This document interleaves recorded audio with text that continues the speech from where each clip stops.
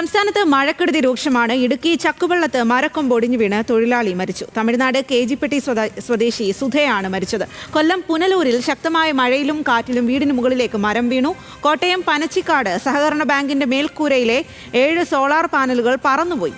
സമീപത്തെ കൃഷിഭവൻ ഓഫീസിന് മുകളിലേക്കാണ് വീണത്. റാന്നിയിൽ കാറ്റിൽ മരങ്ങൾ കടപുഴകി വീണു. അതേസമയം ഇന്നും നാളെയും എല്ലാ ജില്ലകളിലും മഴ മുന്നറിയിപ്പും നൽകിയിട്ടുണ്ട്. വിവരങ്ങളുമായി മീര മനോഹരനാണ് ചേരുന്നത്.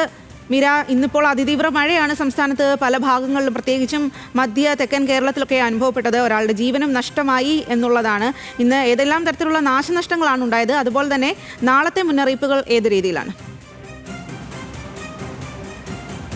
സ്വാതി സൂചിപ്പിച്ചതുപോലെ തന്നെ സംസ്ഥാനത്തുടനീളം വ്യാപക മഴയാണ്. പ്രധാനമായും മധ്യ തെക്കൻ കേരളത്തിലാണ് ശക്തമായ മഴ തുടരുന്നത്. ഒരു ജീവൻ ഇടുക്കി ജില്ലയിൽ ഉൾപ്പെടെ ഇത്തരത്തിൽ വ്യാപക മഴയിൽ ഒരു ജീവൻ കൂടി നഷ്ടമായിരിക്കുന്നു എന്നുള്ളതാണ്. ഇടുക്കി കൂടാതെ പത്തനംതിട്ട, കോട്ടയം ജില്ലകളിൽ ഉൾപ്പെടെ ഇത്തരത്തിൽ കനത്ത മഴയിൽ നാശനഷ്ടങ്ങൾ റിപ്പോർട്ട് ചെയ്യുന്നുണ്ട്. എന്തായാലും സംസ്ഥാനത്ത് വരും ദിവസങ്ങളിലും മഴ ശക്തമായി തുടരും എന്നുള്ളത് തന്നെയാണ്. ഇന്ന് പ്രധാനമായും തൃശ്ശൂർ ജില്ല മുതൽ കൊല്ലം ജില്ല വരെ, അതായത് മധ്യ തെക്കൻ ജില്ലകളിലൊക്കെയും ഓറഞ്ച് അലേർട്ട് ആയിരുന്നു. അതുപോലെ തന്നെ ശക്തമായ മഴ തുടരുകയായിരുന്നു. എന്നാൽ നാളെയും ഇത്തരത്തിൽ മഴ തുടരും എന്നുള്ളത് തന്നെയാണ്. പ്രധാനമായും മലപ്പുറം, പാലക്കാട്, തൃശ്ശൂർ, ഇടുക്കി, എറണാകുളം, കോട്ടയം ഉൾപ്പെടെയുള്ള ജില്ലകളിൽ നാളെ ഓറഞ്ച് അലേർട്ടാണ്.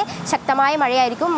മറ്റു ജില്ലകളിൽ യെല്ലോ അലേർട്ട് കൂടി പ്രഖ്യാപിച്ചിട്ടുണ്ട്. ആ സാഹചര്യത്തിൽ പൊതുജനങ്ങൾ ഉൾപ്പെടെ അതീവ ജാഗ്രത പുലർത്തേണ്ടതുണ്ട്. പ്രധാനമായും ഇത്തരത്തിൽ ഈ കാറ്റിനുള്ള ഒരു സാധ്യത കൂടി, ഈ മഴയോടൊപ്പം 50 മുതൽ 60 കിലോമീറ്റർ വരെ വേഗതയിലുള്ള കാറ്റിനുള്ള സാധ്യത കൂടി കാലാവസ്ഥാ നിരീക്ഷണ കേന്ദ്രം അറിയിക്കുന്നുണ്ട്. ഈ ബംഗാൾ ഉൾക്കടലിന് മുകളിൽ ഒരു ന്യൂനമർദ്ദം രൂപപ്പെട്ടിട്ടുണ്ട്.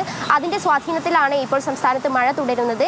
ആ മഴ 5 ദിവസത്തേക്ക് കൂടി തുടരും എന്നുള്ളത് തന്നെയാണ്. അതിനാൽ തന്നെ ഈ കടൽക്ഷോഭ സാധ്യത ഉൾപ്പെടെയുള്ളതിനാൽ മത്സ്യത്തൊഴിലാളികൾക്ക് മത്സ്യബന്ധനത്തിന് വിലക്ക് ഏർപ്പെടുത്തിയിട്ടുണ്ട്.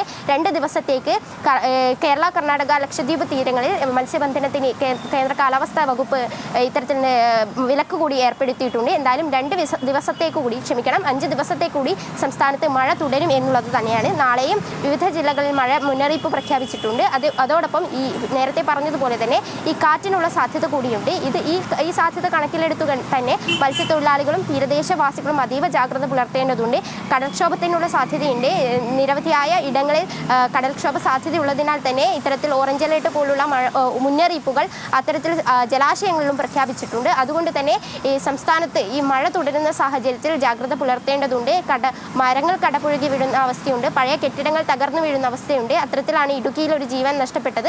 അതുകൊണ്ട് തന്നെ ശരി മീര, എന്തായാലും വലിയ തരത്തിലുള്ള മഴയാണ് ഇന്നിപ്പോൾ പെയ്ത് തോരുന്നത്. അതുപോലെ തന്നെ നാളെയും നല്ല മഴയുണ്ട് എന്നുള്ളതാണ്. അതുകൊണ്ട് ആ തരത്തിലുള്ള ജാഗ്രതാ നിർദ്ദേശങ്ങൾ ജനങ്ങൾ പാലിക്കാനാണ് ഇപ്പോൾ മുന്നറിയിപ്പ് നൽകുന്നത്.